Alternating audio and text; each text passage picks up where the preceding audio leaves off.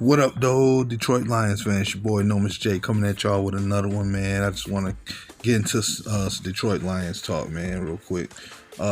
Detroit Lions have, without a doubt, a gem on their offensive staff, man. That will be our offensive line coach, Mr. Hank Fraley. This man, to me, is, I don't often overshine people, but this man, Hank Fraley, is somebody that I would consider a gem because, this guy has helped develop this line to what it is this year. I know it didn't look overall great due to the fact of Jared Goff's inconsistent play and, Dan Campbell's inconsistent play calling and then, injuries were a lot. But this O-line was without a doubt the strength of this team this year.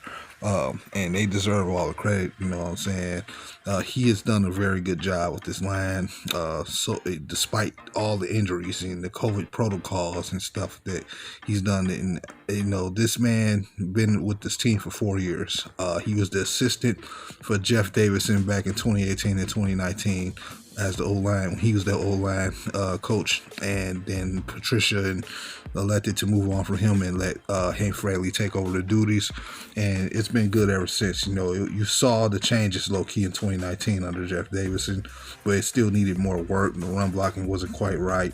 Then Hank Fraley takes over, the run blocking starts showing up, but it still needed more work. You could tell it was a personnel situation and them needing another piece, and that's exactly what they did in the draft for Sewell, pushing Vic V to right guard. A lot of people feel funny about it, but Vic V has very managed. And to me, those are trademarks that really help Frank Haley as let me know he was legit coming into 2021, because the fact of the matter, Bit V was a project they kind of put a fixing band-aid on. It was able to get him to where he can be productive and not be as hurtful. And, plus with Bit V being healthy too this time around, because he was very injured up when he got playing time last year, to be fair. But you can tell that they saw signs on the film and they built off of it. That was the part that I knew he was real. Then obviously you had Jonah Jackson, a third-round pick, who was coming off a COVID situation, and this dude started as a right guard, then they transitioned him to left, and it was like he just managed on both sides, and it didn't really matter, and then obviously getting Taylor Decker back in top shape since his bad 2018 year. Yeah, he had his blemishes here and there, but overall, no lineman is perfect. It's a reason why Decker's top 5 and what he's top 5 in. So obviously, now with Sewell, getting that guy ready, who I'm going to talk about later on this week, before this week over with. He got that guy ready. This is a guy who missed a year in college due to the whole COVID scenario, opted out.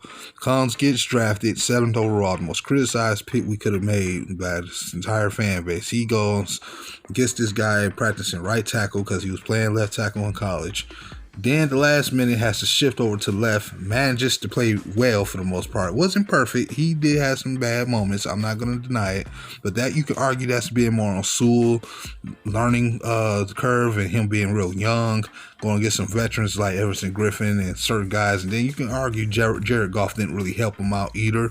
But he still fought through it. He shows the mental capacity, and the stuff that Frank Haley was able to do help get him through those things was just phenomenal. And at the end of the day, that O-line was, like I said, was one of our strongest units. And with Sewell, he was able, like I said, play left tackle in Decker's absence, while we managed over there at the right side with dealing with Matt Nelson and Bit V, who are two very suspect linemen, to be fair, but we managed to do very well with those guys. And then as soon as Decker comes back, Sewell goes back to right side. Just was great. Everybody say he couldn't play right tackle. That was proven wrong. Sewell's made it known too that he does need to improve himself in pass protection, which is kind of somewhat obvious if you notice in the early part of year 2. Even at times at right tackle, but you still see the coaching that's going on. But the big thing was, Evan Brown to me this year. Getting a UDFA rookie to come in for Frank Radnall, the best center in the league, and perform the way that he did, and having him ready. And these are how positional coaches, to me, make their money, because their job is to coach you up, to bring the talent you possess to help fit the system you're finna be playing for. And at the end of the day, their job is to have you prepped and ready. And nobody had anybody more prepped and ready than him, Fraley, this year, in my opinion. I'm sorry, I know people are going to look at the secondary of the defense. I'll talk about that on another video. But for me, Hank Fraley, every time we lost Frank Radnow, that's a hard guy to replace. You bring in an undrafted rookie and Evan Brown, and he comes in balling. And you know what I'm saying? And then even when he got in COVID protocol, you had some guy whose name I still can't name. He comes in.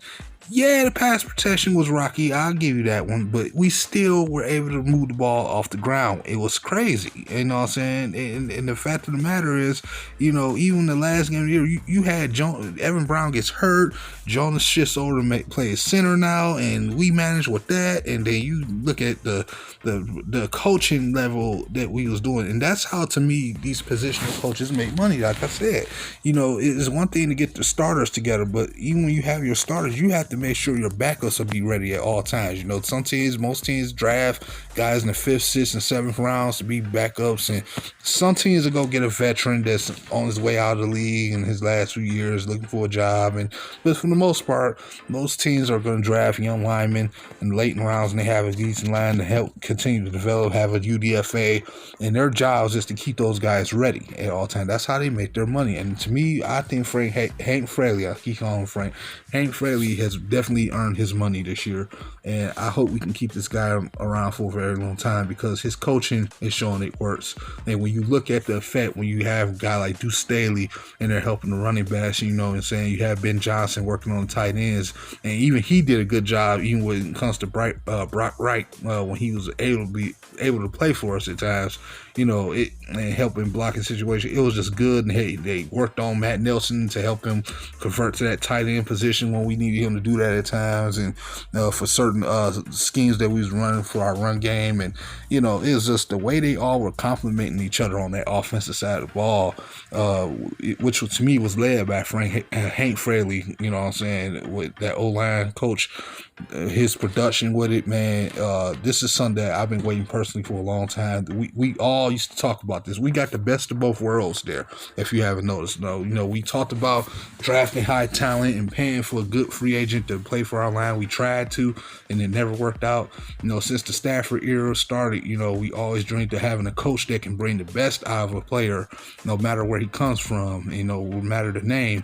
And we finally got that, and we have the talent naturally there online with guys like Radnow, Decker, Sewell, and Jonah, and you know, even a savvy veteran and Bit V. Now, you know what I'm saying, we had the talent, and we had the coaches that can bring the best out of players that may normally need that extra touch because they're not all that. You know what I'm saying, we have the best of both worlds there. Imagine that.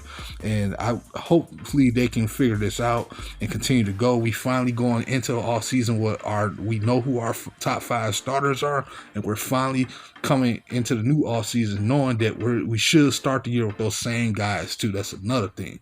We don't have to keep switching guys roles around, trying to push one guy here, trying to push another guy. We finally got a line that we know we can trust with the coaching just there. We don't have to touch it, just build the backups more, and we'll be fine. And that's finally what we got. They just got to stay healthy. You know, getting Radnow back. You go have Radnow, Decker, Jonah, Bit V, and freaking Sewell. We should be fine especially continue to build the depth. And that's all I got for y'all, man. Frank Haley must stay in Detroit at all costs. He's never allowed to leave here. Hank Fraley. I keep saying Frank. Why they name him Hank? But yeah, Hank Fraley must stay, man. Y'all tell me what y'all think about this video. If you agree or you disagree, tell me why. It's your boy Nomus J. If you ain't had a chance to subscribe, hit the subscribe button for your boy. I really appreciate it. I'm back to making content, and we go ride this thing out. I'll see y'all on the next one. Peace.